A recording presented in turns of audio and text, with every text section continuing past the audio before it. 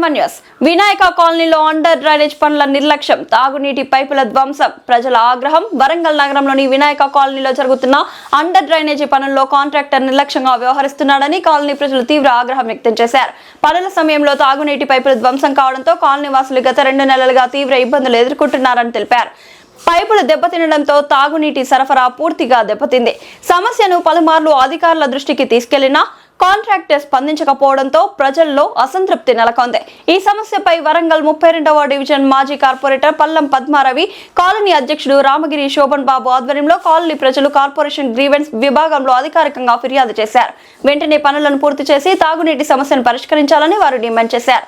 అలాగే నిర్లక్ష్యంగా వ్యవహరిస్తున్న కాంట్రాక్టర్ పై తగిన చర్యలు తీసుకోవాలని ప్రజలు కోరారు.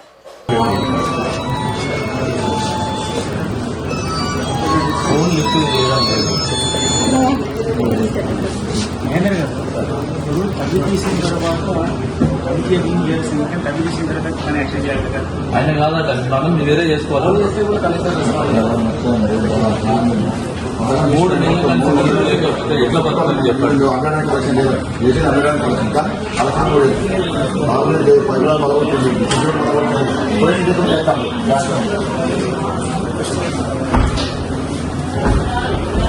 సార్ కూడా